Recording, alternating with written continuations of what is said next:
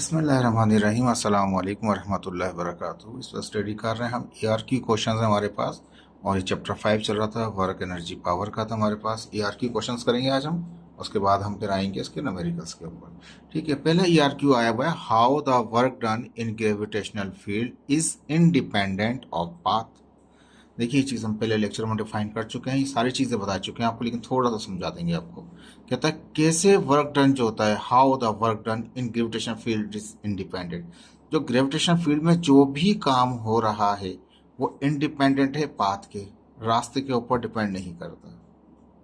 ठीक है, तो उससे वो आज़ाद है। तो कहता है कि work done by the conservative force under gravitation field is independent of path in close system.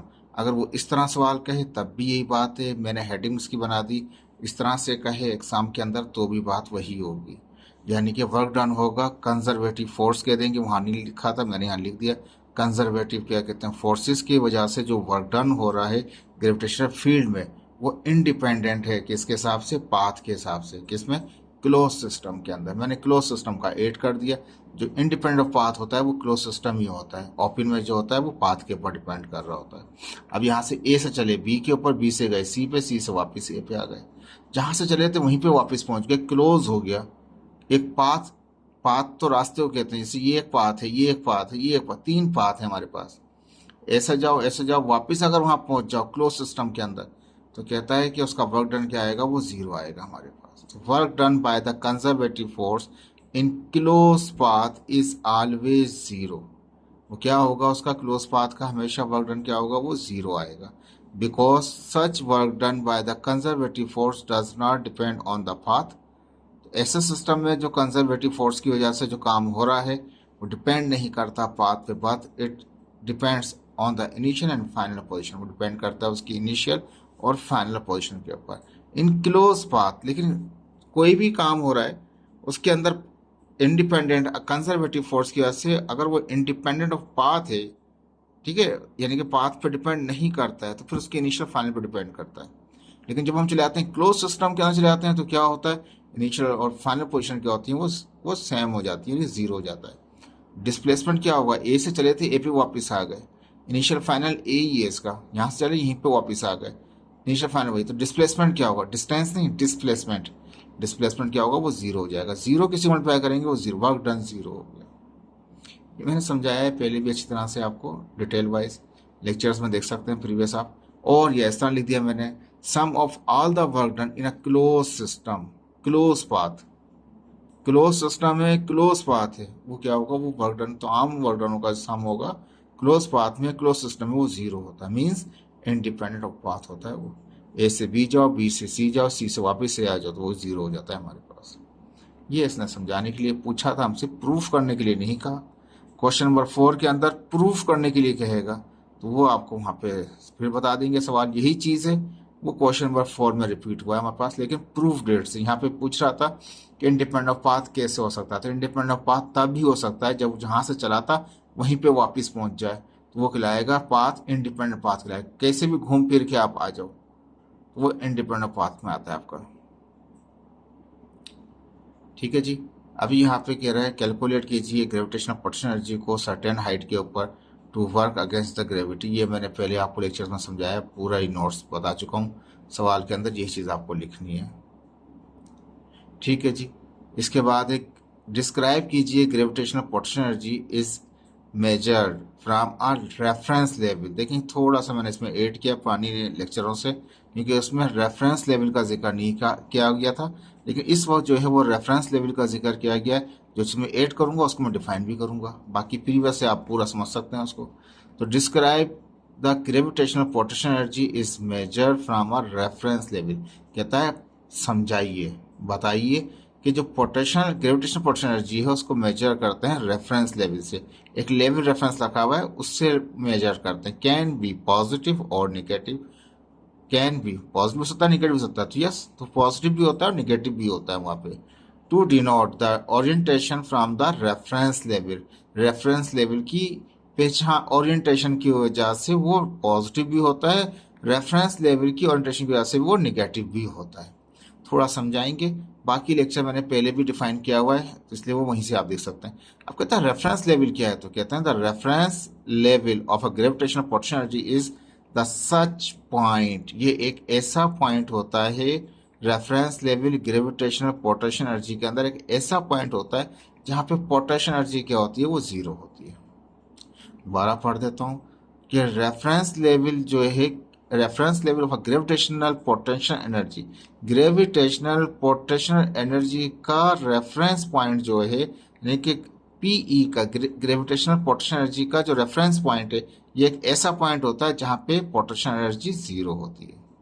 तो earth surface of the earth देखेंगे आप तो वो जीरो ही होता है। उससे ऊपर जाते हैं तो आहिस्ता आहिस्ता पोटेंशियल एनर्जी बढ़ती जाती है। अब समझाते हैं आपको थोड़ा सा उसमें। तो ये तो याद रखिए, रेफरेंस लेवल वो है, ग्रेविटेशनल पोटेंशियल एनर्जी का रेफरेंस लेवल वो है जहाँ पे पोटेंशियल एनर्जी जीरो है। ये याद से हमें रख ले।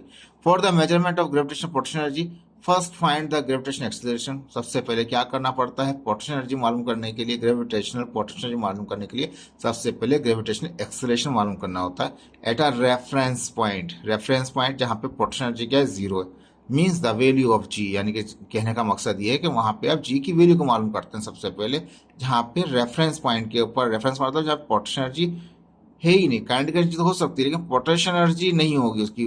जैसे जैसे ऊपर बढ़ते जाएंगे तो पोटेंशियल एनर्जी बढ़ती जाएगी ड्यू टू हाइट, लेकिन वहाँ पे जीरो, हाइट नहीं है। पोटेंशियल एनर्जी रेफरेंस पॉइंट का मतलब है हाइट जीरो है, पीई भी जीरो है। रेफरेंस पॉइंट का मतलब ये है पोटेंशियल एनर्जी भी जीरो है, हाइट भी जीरो है, ये याद रख लीजिए। मीन्स द वैल्यू ऑफ जी, पहले जी की वैल्यू मालूम करेंगे सरफेस पे क्या होगी। Now this value of G is multiplying with the mass, M से मल्टीप्लाई करेंगे और फिर ऊपर बढ़ते जाएंगे तो हाइट के साथ मल्टीप्लाई करते जाएंगे तो आते जाएगा।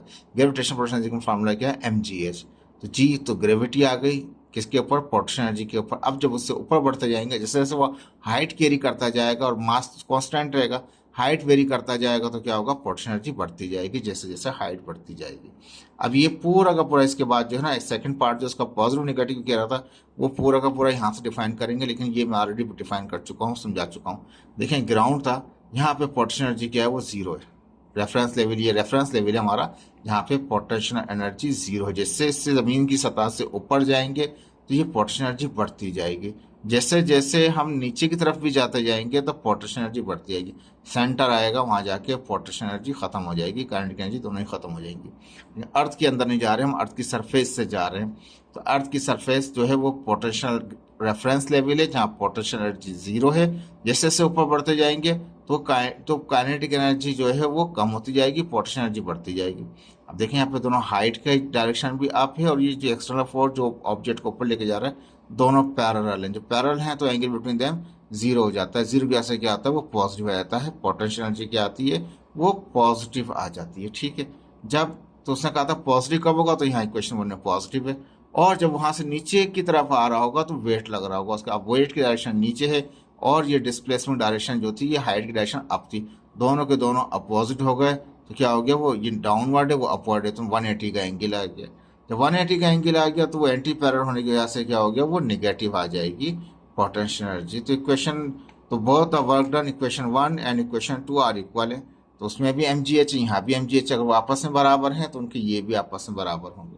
तो अब जाते हुए वो पॉजिटिव है, डाउन आते हुए वो निगेटिव है, लेकिन दोनों के दोनों क्या है, वो पोटेंशियल एनर्जी ही है, एम जी एच ही है। ये अपवर्ड है और ये डाउनवर्ड है हमारे पास। चाहे तो आप एडिंग कर सकते हैं। For going the upward it is positive, coming to downward means negative. दूसरे अंदाज में कहना है पोटेंशियल एनर्जी बढ़ती जाएगी तो वर्क डन भी क्या होगा उसका, वो पॉजिटिव होगा। डाउन होती जाएगी तो वर्क डन भी निगेटिव हो जाएगा उसका। ठीक है, इसको इस अंदाज में कैसे भी कह सकते हैं आप। ठीक है, तो ये इजाफी था जो मैंने समझा दिया आपको। इसके बाद कहता है show that the work done in a gravitational field is independent of path. वही वहाँ पे डिस्क्राइब करने के लिए कह रहा था, अब यहाँ शो डेट कह रहा है। मैंने जो उसको सवाल पढ़ाया था लेक्चर के अंदर, वो कहा था प्रूफ डेट कीजिए कि gravitational work done in a gravitational field is in a close path is zero.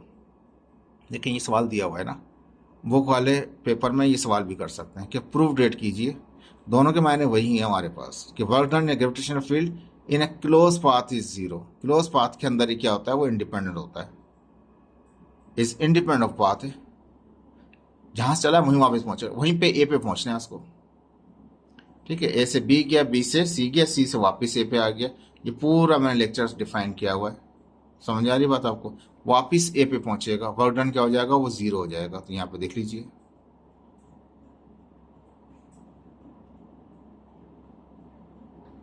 ठीक है। तो अभी इसको चेक करते हैं। वर्क डन टोटल कितना आ गया, वो 0 आ गया हमारे पास। तो ये प्रूवड हो गया कि वो इंडिपेंडेंट ऑफ पाथ है हमारे पास। ठीक है, ये समझा चुका हूँ पहले भी मैं आपको लेक्चर्स में, वहां से आप समझ लीजिए। ये भी समझाया हुआ है आपका। Define work by the variable force, work को डिफाइन करें जो वेरिएबल फोर्स से क्या होता है। कैलकुलेट कीजिए किसको, the work done from the force displacement graph. तो ये फोर्स डिस्प्लेसमेंट ग्राफ से ही डिफाइन किया था हमने वहाँ पे। ये पूरा टॉपिक मैंने वहाँ पे समझाया हुआ है, पूरा एक लेक्चर डिलीवर किया हुआ है इसके ऊपर।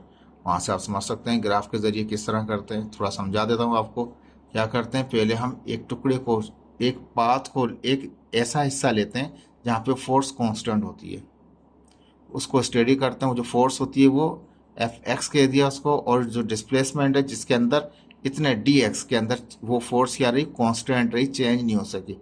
इतना हिस्सा ले लिया, बाकी पूरे ऑब्जेक्ट को फिर इतने ही हिस्सों में डिवाइड कर देंगे ताकि वो हमें इजीली निकाल सकें। तो बाद में समीशन कर लेंगे। तो वही एक हिस्सा लिया, जो स्मॉल पार्ट था, सबको इतने में डिवाइड कर दिया और समीशन करके निकाल लिया। ये समझाया मैं डिटेल के अंदर, आप वहाँ से समझ सकते हैं। लेकिन ये एमसीक्यूज थे, ये एमसीक्यू सॉरी कह रहा हूँ, ये आपके क्वेश्चन से, ईआरक्यू क्वेश्चन से आपके, ये ऑलरेडी पढ़ा चुका हूँ मैं आप लोगों को और समझा चुका हूँ। ये आपके लिए काफ़ी है कि नोट्स की सूरत में आप समझ सकें कि वहाँ पे जो समझाया गया था यहाँ किस तरह चेंज करके कहा गया है। एग्जाम में ऐसा ही होगा, वर्ड कुछ हेर फेर होगी, वर्ड की समझना पड़ेगा हमें क्या लिखना है उसके अंदर। ठीक है, केयरफुली समझिए इसको, लेक्चर को समझने की कोशिश कीजिए ताकि आपको ईजिली स्ट्रॉन्ग हो जाए। ओके, थैंक यू, अल्लाह हाफिज़।